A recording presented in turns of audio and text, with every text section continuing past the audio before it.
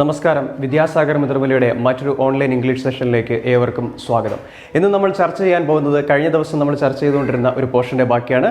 കഴിഞ്ഞ ദിവസം നമ്മൾ ക്വസ്റ്റ്യൻ ടാഗ്സ് എന്ന് പറയുന്ന പോർഷൻ ആയിരുന്നു ചർച്ച ചെയ്തുകൊണ്ടിരുന്നത്. ഇന്ന് നമ്മൾ ചർച്ച ചെയ്യാൻ പോകുന്നത് ടാഗ്സ് ഓഫ് ഇംപെരേറ്റീവ് സെൻറ്റൻസസ്. ഇംപെരേറ്റീവ് സെൻറ്റൻസുകളുടെ ടാഗിനെ കുറിച്ചാണ് ഇന്ന് നമ്മളിവിടെ ചർച്ച ചെയ്യാനായിട്ട് പോകുന്നത്. സോ അതിന് മുന്നോടിയായിട്ട് എന്താണ് ഇംപെരേറ്റീവ് സെൻറ്റൻസുകൾ എന്ന് നമ്മൾ അറിയേണ്ടതായിട്ടിരിക്കുന്നു. സോ എന്താണ് ഇംപെരേറ്റീവ് സെൻറ്റൻസുകൾ? നമുക്ക് ബോർഡിലേക്ക് വരാം. Imperative sentence can be an order, a request or command or warning or an advice. അതായത് ഒരു ഓർഡർ അഥവാ ആജ്ഞയോ, ഒരു റിക്വസ്റ്റ് അഥവാ അപേക്ഷയോ, ഒരു കമാൻഡ് അഥവാ കൽപ്പനയോ, ഒരു വാർണിംഗ് അഥവാ മുന്നറിയിപ്പോ, ഒരു അഡ്വൈസ് അഥവാ ഉപദേശമോ ഒക്കെ എന്ത് തന്നെയാണ്? ഇംപെരേറ്റീവ് സെൻറ്റൻസ് തന്നെയാണ്. സോ ഒരു ഇംപെരേറ്റീവ് സെൻറ്റൻസ് എന്ന് പറഞ്ഞാൽ ഒന്നുകിൽ ഒരു ഓർഡർ ആയിരിക്കും, അല്ലെങ്കിൽ ഒരു റിക്വസ്റ്റ് ആയിരിക്കും, അല്ലെങ്കിൽ ഒരു കമാൻഡ് ആയിരിക്കും, അല്ലെങ്കിൽ ഒരു വാർണിംഗ് ആയിരിക്കും, അല്ലെങ്കിൽ ഒരു അഡ്വൈസ് ആയിരിക്കും. ഇത്തരത്തിലുള്ള കാര്യങ്ങളെ പറ്റി പറയാനായിട്ട് നമ്മൾ ഉപയോഗിക്കുന്ന സെൻറ്റൻസ് ആണ് ഇംപെരേറ്റീവ് സെൻറ്റൻസുകൾ എന്ന് പറയുന്നത്. സോ നമ്മൾ ഓരോ ഉദാഹരണങ്ങളും കൂടി അന്ന് എഴുതിയിട്ടുണ്ട്. നമുക്കൊന്ന് നോക്കാം. ഓർഡർ, ആജ്ഞയ്ക്ക് ഒരു ഉദാഹരണം ഞാൻ എഴുതിയിരിക്കുകയാണ്. ഡോണ്ട് ടോക്ക്, സംസാരിക്കരുത് എന്ന് പറയുന്നത്. നമ്മൾ പലപ്പോഴും ക്ലാസ്സുകളിലൊക്കെ ആജ്ഞാപിക്കാറുണ്ട് സംസാരിക്കാതിരിക്കാനായിട്ട്. അതുപോലെ റിക്വസ്റ്റ്, അതായത് അപേക്ഷ. ഒരു എക്സാമ്പിൾ എഴുതിയിട്ടുണ്ട്. Please give me a pen, ദയവായി എനിക്കൊരു പേന തരൂ. പ്ലീസ് ചേർന്ന് വരുന്നതെല്ലാം റിക്വസ്റ്റുകൾ തന്നെയായിരിക്കും. അപ്പോൾ please give me a pen എന്ന് പറയുന്നത് ഒരു റിക്വസ്റ്റ്. ഇനി അടുത്തത് കമാൻഡ്. കമാൻഡ് എന്ന് പറഞ്ഞാലും ആജ്ഞ തന്നെയാണ്, അഥവാ ഓർഡർ തന്നെയാണ്.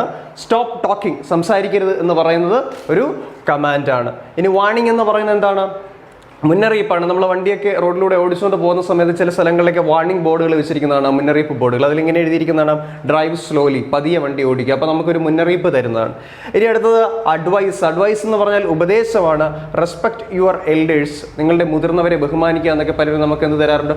ഉപദേശം നൽകാറുണ്ട്. ഇത്തരത്തിലുള്ള സെൻറ്റൻസുകളെ നമ്മൾ കളക്റ്റീവായിട്ട് വിളിക്കുന്ന പേരാണ് ഇംപെരേറ്റീവ് സെൻറ്റൻസുകൾ എന്ന് പറയുന്നത്. ഇനി ഒരു ഇംപെരേറ്റീവ് സെൻറ്റൻസിന്റെ സ്ട്രക്ചർ എടുത്തു കഴിഞ്ഞാൽ, ഒരു ഇംപെരേറ്റീവ് സെൻറ്റൻസ് സാധാരണഗതിയിൽ ആരംഭിക്കുന്നത് ഒന്നുകിൽ ഒരു വെർബിലോ, അല്ലെങ്കിൽ ഓക്സിലറി വെർബിലോ, അല്ലെങ്കിൽ പ്ലീസ് എന്ന് പറയുന്ന വാക്കിലോ ആയിരിക്കും. സോ ഒരു ഇംപെരേറ്റീവ് സെൻറ്റൻസ് ആരംഭിക്കുന്നത് ഒരു വെർബിലോ, അല്ലെങ്കിൽ ഓക്സിലറി വെർബിലോ, അല്ലെങ്കിൽ പ്ലീസ് എന്ന് പറയുന്ന ഒരു വാചകത്തിലോ ആയിരിക്കും ഒരു ഇംപെരേറ്റീവ് സെൻറ്റൻസ് ആരംഭിക്കുക. എന്നിട്ട് അവസാനിക്കുന്നത് ഫുൾ സ്റ്റോപ്പിൽ തന്നെ ആയിരിക്കും. നമ്മൾ ഈ ഉദാഹരണങ്ങൾ നോക്കിയാൽ നമുക്ക് മനസ്സിലാവുന്നതാണ്.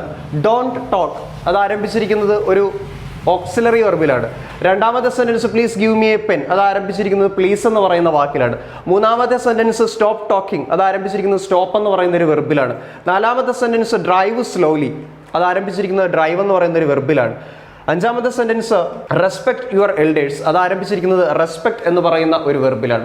അപ്പോൾ ഇംപെരേറ്റീവ് സെൻറ്റൻസുകൾ എന്ന് പറഞ്ഞാൽ ആരംഭിക്കുന്നത് ഒന്നുകിൽ ഒരു വെർബിലോ, അല്ലെങ്കിൽ ഒരു ഓക്സിലറി വെർബിലോ, അല്ലെങ്കിൽ പ്ലീസ് എന്ന് പറയുന്ന ഒരു വാക്കിലോ ആയിരിക്കും. അവസാനിക്കുന്നത് ഫുൾ സ്റ്റോപ്പിലും ആയിരിക്കും.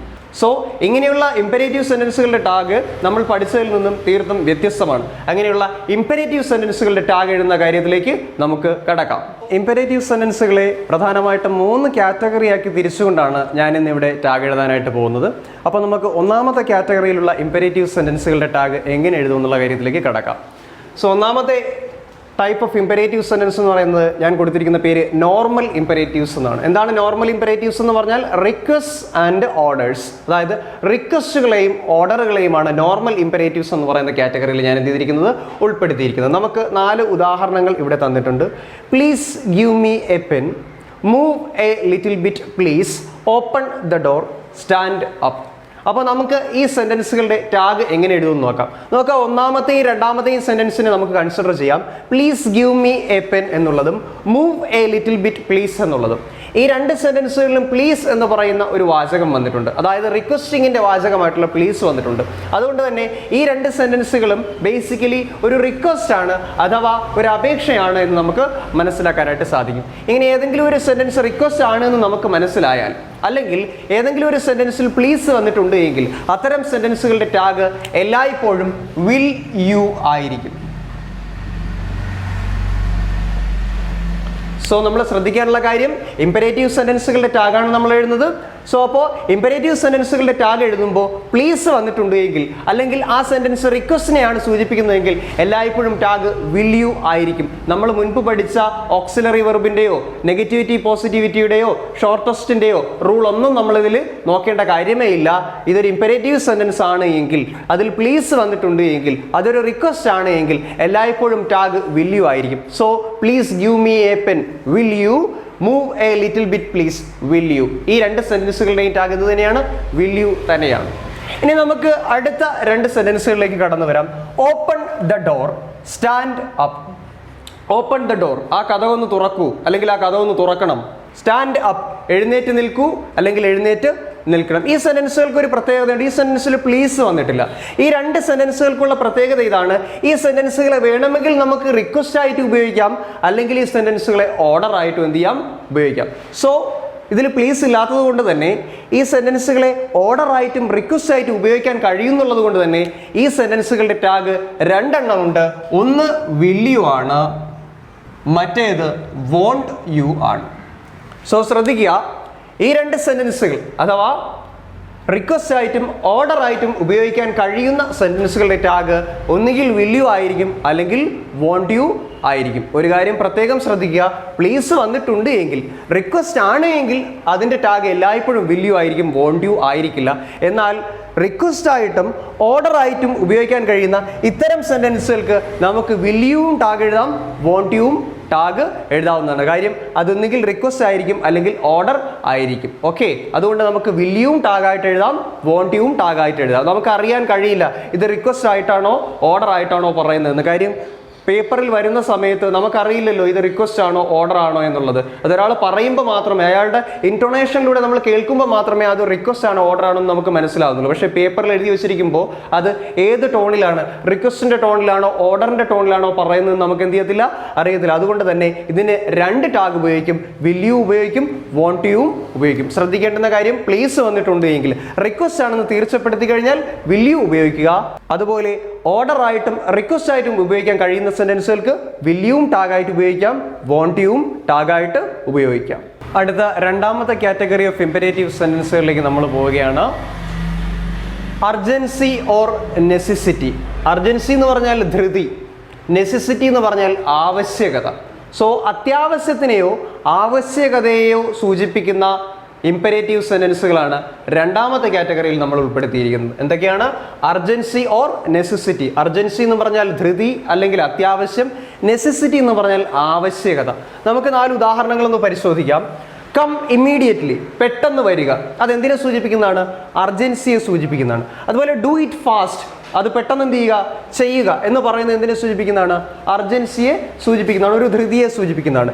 ഇനി അടുത്ത വരുന്ന 2 സെന്റൻസുകൾ നമുക്ക് നോക്കാം. കൺസൾട്ട് എ ഡോക്ടർ, ഒരു ഡോക്ടറെ പോയി കാണുക, ഇത് ചെയ്യേണ്ടതായിട്ടുള്ളൊരു കാര്യമാണ്. അത് എന്തിനെ സൂചിപ്പിക്കുന്നതാണ്? ഒരു ആവശ്യകതയെ, ഒരു നെസസിറ്റിയെ സൂചിപ്പിക്കുന്നതാണ്. അതുപോലെ obey the traffic rules, traffic നിയമങ്ങൾ, ഗതാഗത നിയമങ്ങൾ കൃത്യമായി പാലിക്കുക എന്ന് പറയുന്ന ഒരു ഇംപെരേറ്റീവ് സെന്റൻസ്, അതും എന്തിനെ സൂചിപ്പിക്കുന്നതാണ്? ഒരു നെസസിറ്റിയെ സൂചിപ്പിക്കുന്നതാണ്, അല്ലേ? അപ്പോൾ come immediately, do it fast, ഇത് രണ്ടും അർജൻസിയെ സൂചിപ്പിക്കുന്നതാണ്. Consult a doctor, obey the traffic rules എന്ന് പറയുന്ന ഈ 2 സെന്റൻസും നെസസിറ്റിയെ സൂചിപ്പിക്കുന്നതാണ്. അപ്പോൾ രണ്ടാമതായിട്ട് നമ്മൾ പഠിക്കാൻ പോകുന്ന ടാഗ് അർജൻസിയെ അല്ലെങ്കിൽ നെസസിറ്റിയെ സൂചിപ്പിക്കുന്ന ഇംപെരേറ്റീവ് സെന്റൻസുകളുടെ ടാഗിനെ കുറിച്ചാണ്. ഇങ്ങനെ അർജൻസിയെയോ നെസസിറ്റിയെയോ സൂചിപ്പിക്കുന്ന തരത്തിലുള്ള ഇംപെരേറ്റീവ് സെന്റൻസുകളാണ് നമുക്ക് ടാഗ് എഴുതാനായിട്ട് കിട്ടുന്നതെങ്കിൽ അത്തരം സെന്റൻസുകളുടെ ടാഗ് എല്ലായ്പ്പോഴും വോണ്ട് യു ആയിരിക്കും. സോ നമുക്കൊരു കാര്യം കൺക്ലൂഡ് ചെയ്ത് പറയാം, അർജൻസിയെയോ നെസസിറ്റിയെയോ സൂചിപ്പിക്കുന്ന സെന്റൻസുകളുടെ ടാഗ് എല്ലായ്പ്പോഴും വോണ്ട് യു ആയിരിക്കും. നമ്മൾ ആദ്യം പഠിച്ച നിയമങ്ങളൊന്നും ബാധകമല്ല. സെന്റൻസ് പോസിറ്റീവ് ആണോ നെഗറ്റീവ് ആണോ എന്ന് നോക്കേണ്ട കാര്യമില്ല. അത് അർജൻസിയെ സൂചിപ്പിക്കുന്നതാണോ, അതൊരു ഇംപെരേറ്റീവ് സെന്റൻസ് ആണോ എങ്കിൽ അതിൻ്റെ ടാഗ് എല്ലായ്പ്പോഴും വോണ്ട് യു ആയിരിക്കും. ഇനി നെസസിറ്റിയെ സൂചിപ്പിക്കുന്നതാണോ, അതുപോലെ ഇംപെരേറ്റീവ് സെന്റൻസ് ആണോ എങ്കിലും അതിൻ്റെ ടാഗ് വോണ്ട് യു ആയിരിക്കും. അപ്പോൾ നമുക്ക് മനസ്സിലാക്കാം, come immediately, won't you, do it fast, won't you, consult a doctor, won't you, obey the traffic rules, won't you. So ഇനി അടുത്തത് മൂന്നാമത്തെ ടൈപ്പ് ഓഫ് ഇംപെരേറ്റീവ് സെന്റൻസ് ആണ്. മൂന്നാമത്തെ കാറ്റഗറിയിൽ വരുന്ന ഇംപെരേറ്റീവ് സെന്റൻസ് ആണ് ആങ്കർ ഓർ ഇൻടോളറൻസ്. എന്താണ് ആങ്കർ എന്ന് പറഞ്ഞാൽ? ആങ്കർ എന്ന് പറഞ്ഞാൽ ദേഷ്യം അല്ലെങ്കിൽ കോപം എന്നൊക്കെയാണ് അർത്ഥം. ഇൻടോളറൻസ് എന്ന് പറഞ്ഞാൽ അസഹിഷ്ണുത എന്നാണ് അർത്ഥം, സഹിക്കാൻ പറ്റാത്ത അവസ്ഥ.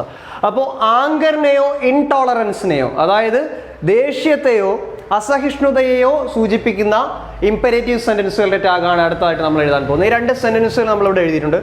Shut up your mouth, get lost you cheat. ഈ 2 സെന്റൻസുകൾ നമുക്കറിയാം ഒരു കോപത്തോടുകൂടി അല്ലെങ്കിൽ ദേഷ്യത്തോടുകൂടി, അതല്ലെങ്കിൽ ഇൻടോളറൻസ്, സഹിക്കാൻ വയ്യാതാവുമ്പോൾ നമ്മൾ സാധാരണ ഉപയോഗിക്കുന്ന വാക്യങ്ങളാണ്. Shut up your mouth, get lost you cheat എന്നൊക്കെ പറയുന്നത്. ഇങ്ങനെ ആങ്കറിനെയോ ഇൻടോളറൻസിനെയോ സൂചിപ്പിക്കുന്ന ഇംപെരേറ്റീവ് സെന്റൻസുകൾക്ക് എന്താണ് ടാഗ് എന്ന് ചോദിച്ചാൽ അവയുടെ ടാഗ് എല്ലായ്പ്പോഴും കാൻറ്റ് യു ആയിരിക്കും. ഇൻടോളറൻസിനെയോ ആങ്കറിനെയോ, അതായത് ദേഷ്യത്തെയോ അസഹിഷ്ണുതയെയോ സൂചിപ്പിക്കുന്ന ഇംപെരേറ്റീവ് സെന്റൻസുകളുടെ ടാഗ് എല്ലായ്പ്പോഴും കാൻറ്റ് യു ആയിരിക്കും. അപ്പൊ നമുക്ക് ഇങ്ങനെ പറയാം, shut up your mouth, can't you, get lost you cheat, can't you. ഇനി അടുത്തത് മറ്റൊരു തരത്തിലുള്ള വ്യത്യസ്തമായിട്ടുള്ള ഇംപെരേറ്റീവ് സെന്റൻസിലേക്ക് കടക്കാം. ലെറ്റ് എന്ന് പറയുന്ന വെർബിൽ ആരംഭിക്കുന്ന ഇംപെരേറ്റീവ് സെന്റൻസുകൾക്ക് എങ്ങനെ ടാഗ് എഴുതാമെന്ന് നമുക്ക് നോക്കാം. സോ എന്താണ് ലെറ്റ് എന്ന് പറഞ്ഞാൽ? ലെറ്റ് എന്ന് പറയുന്ന വാക്കിന്റെ അർത്ഥം അനുവദിക്കുക എന്നാണ്, ടു ഗിവ് പെർമിഷൻ. അപ്പോൾ ലെറ്റിൽ ആരംഭിക്കുന്ന ഇംപെരേറ്റീവ് സെന്റൻസുകളുടെ ടാഗ് എങ്ങനെ എഴുതാമെന്ന് നമുക്ക് നോക്കാം. അത് സാധാരണ ഇംപെരേറ്റീവ് സെന്റൻസുകളിൽ നിന്നും കുറച്ച് വ്യത്യസ്തമാണ്. നമുക്കിവിടെ 2 സെന്റൻസുകൾ തന്നിട്ടുണ്ട്. Let's have a coffee, let's go to a park. ഈ സെന്റൻസുകൾ ആരംഭിച്ചിരിക്കുന്നത് ലെറ്റിലാണ്. കുറച്ചുകൂടി വ്യക്തമാക്കി പറഞ്ഞാൽ, കുറച്ചുകൂടി സ്പെസിഫൈ ചെയ്ത് പറഞ്ഞാൽ ലെറ്റസിൽ ആണ് ആരംഭിച്ചിരിക്കുന്നത്. ലെറ്റസിനെയാണ് നമ്മൾ ചുരുക്കി ലെറ്റ്സ് എന്ന് എഴുതുന്നത്. സോ ഒന്നാമത്തെ 2 സെന്റൻസുകൾ, ആദ്യം തന്നിരിക്കുന്ന 2 സെന്റൻസുകൾ ആരംഭിച്ചിരിക്കുന്നത് എന്തിലാണ്? ലെറ്റിലാണ്, അഥവാ ലെറ്റ്സിലാണ്. കുറച്ചുകൂടി വ്യക്തമാക്കി പറഞ്ഞാൽ ലെറ്റ്സിലാണ് ആരംഭിച്ചിരിക്കുന്നത്. സോ നമുക്ക് ഇങ്ങനെ വായിക്കാം, let's have a coffee, let's go to a park. ഇത് രണ്ടും സജഷൻസ് ആണ്, ഓരോ അഭിപ്രായങ്ങൾ പറയുകയാണ്. ലെറ്റസ് ഹാവ് എ കോഫി, നമുക്കൊരു കോഫി കുടിക്കാം. Let's go to a park, നമുക്കൊരു പാർക്കിലേക്ക് പോകാം. ഇങ്ങനെയുള്ള സജഷൻസ്, അതായത് അഭിപ്രായ പ്രകടനങ്ങൾ നടത്താനാണ് സാധാരണ നമ്മൾ ലെറ്റ് എന്ത് ചെയ്യുന്നത്, ഉപയോഗിക്കുന്നത്. സോ ഇതുപോലെ ലെറ്റ്സിൽ ആരംഭിക്കുന്ന, ലെറ്റിലല്ല, കുറച്ചുകൂടി സ്പെസിഫൈ ചെയ്ത് പറയുകയാണ്, ലെറ്റസിൽ അഥവാ ലെറ്റ്സിൽ ആരംഭിക്കുന്ന ഇംപെരേറ്റീവ് സെന്റൻസുകളുടെ ടാഗ് എല്ലായ്പ്പോഴും ഷാൾ വി ആയിരിക്കും. ഷാൾ വി ആയിരിക്കും. ശ്രദ്ധിക്കുക, ലെറ്റ് എന്ന് പറയുന്ന വെർബിൽ ആരംഭിക്കുന്ന ഇംപെരേറ്റീവ് സെന്റൻസുകളെ കുറിച്ചാണ് നമ്മൾ പറയുന്നത്. അതിൽ കുറച്ചുകൂടി സ്പെസിഫൈ ചെയ്ത് ലെറ്റസിൽ ആരംഭിക്കുന്ന സെന്റൻസുകളെ കുറിച്ചാണ് നമ്മൾ പറഞ്ഞത്. അങ്ങനെ ഏതെങ്കിലും ഒരു ഇംപെരേറ്റീവ് സെന്റൻസ് ലെറ്റസിൽ ആണ് ആരംഭിക്കുന്നതെങ്കിൽ അതിന്റെ ടാഗ് എല്ലായ്പ്പോഴും ഷാൾ വി ആയിരിക്കും. നമ്മൾ നേരത്തെയുള്ള ഇംപെരേറ്റീവ് സെന്റൻസുകളിൽ കണ്ടതുപോലെ will you, won't you, can't you അല്ല ലെറ്റസിൽ ആരംഭിക്കുന്ന ഇംപെരേറ്റീവ് സെന്റൻസുകൾക്ക് ഉപയോഗിക്കുന്നത്, മറിച്ച് ഷാൾ വി ആയിരിക്കും. അപ്പോൾ ഒരു കാര്യം ശ്രദ്ധിക്കുക, ലെറ്റസിലാണ് ആരംഭിക്കുന്നതെങ്കിൽ അഥവാ ലെറ്റ്സിലാണ് ആരംഭിക്കുന്നതെങ്കിൽ ടാഗ് എല്ലായ്പ്പോഴും ഷാൾ വി ആയിരിക്കും. സോ ഇനി നമുക്ക് ലെറ്റിൽ ആരംഭിക്കുന്ന മറ്റ് ഇംപെരേറ്റീവ് സെന്റൻസുകളുടെ ടാഗ് എങ്ങനെ വരുമെന്ന് നോക്കാം. നമുക്കിവിടെ 3 ഉദാഹരണങ്ങളുണ്ട്. Let me go there, let them leave, let him play football. അപ്പോൾ ഇതിൻ്റെയൊക്കെ അർത്ഥം നമുക്കൊന്ന് നോക്കാം. ലെറ്റ് മീ ഗോ ദെയർ, എന്നെ അവിടെ പോകാൻ അനുവദിക്കൂ. ലെറ്റ് ദം ലീവ്, അവരെ പോകാൻ അനുവദിക്കൂ. ലെറ്റ് ഹിം പ്ലേ ഫുട്ബോൾ, അവനെ ഫുട്ബോൾ കളിക്കാൻ അനുവദിക്കൂ. അപ്പോൾ ഈ പറയുന്ന എല്ലാ സെന്റൻസുകളും തന്നെ റിക്വസ്റ്റ് ആണ് എന്ന് നമുക്ക് മനസ്സിലാക്കാനായിട്ട് സാധിക്കും. ലെറ്റ് മീ ഗോ ദെയർ ആയാലും, ലെറ്റ് ദം ലീവ് ആയാലും, ലെറ്റ് ഹിം പ്ലേ ഫുട്ബോൾ ആയാലും, ഈ 3 സെന്റൻസുകളും ഒരു റിക്വസ്റ്റിനെ കുറിക്കുന്നതാണെന്ന് നമുക്ക് മനസ്സിലാക്കാനായിട്ട് സാധിക്കും. അപ്പോൾ നമ്മൾ ആദ്യമേ പറഞ്ഞിട്ടുണ്ടായിരുന്നു, റിക്വസ്റ്റിനെ കുറിക്കുന്ന ഇംപെരേറ്റീവ് സെന്റൻസുകളുടെ ടാഗ് എല്ലായ്പ്പോഴും വിൽ യു ആയിരിക്കുമെന്ന് ആദ്യത്തെ കാറ്റഗറൈസേഷനിൽ, ആദ്യത്തെ മോഡലിൽ നമ്മൾ പഠിച്ചിട്ടുണ്ട്. അപ്പോൾ let me, let them, let him, let her, അങ്ങനെയാണ് ഒരു സെന്റൻസ് ആരംഭിക്കുന്നതെങ്കിൽ, ഒരു ഇംപെരേറ്റീവ് സെന്റൻസ് ആരംഭിക്കുന്നതെങ്കിൽ ആ സെന്റൻസുകളുടെ ടാഗ് എല്ലായ്പ്പോഴും വിൽ യു ആയിരിക്കും. സോ നമ്മൾ മനസ്സിലാക്കി, ലെറ്റസിൽ ആരംഭിച്ചാൽ ടാഗ് എല്ലായ്പ്പോഴും ഷാൾ വി ആയിരിക്കും.